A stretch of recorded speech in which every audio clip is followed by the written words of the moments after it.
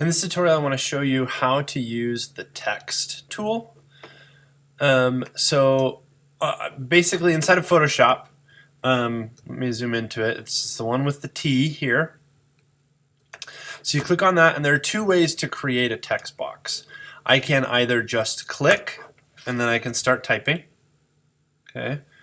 Or I can click and drag a box around the area that I want to type into. And then I can start typing. So once I've added text, I can then go in and make adjustments to the font. So most of my options are going to be up at the top here in the tool options bar. So I can change the font. So let's go to something like that. I can change whether it's bold, regular, italics, that sort of thing. I can change the font size, which is measured in points.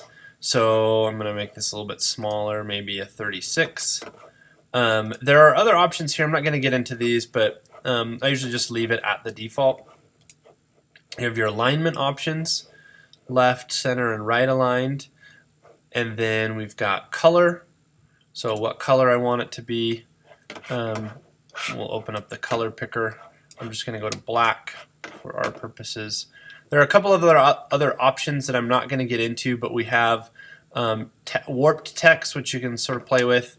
And then this opens up the character and paragraph panels, which are very, very helpful. And I will have a little separate video on that. But that's the basics of the text tool. You also can, again, let me zoom into this. There are other options available here, so I can do vertical type, or I can even create a type mask. But if you want to do a vertical type, it's basically the same thing, only this time I'm going down instead of left to right, so from top to bottom. Those are the basics of the text tool.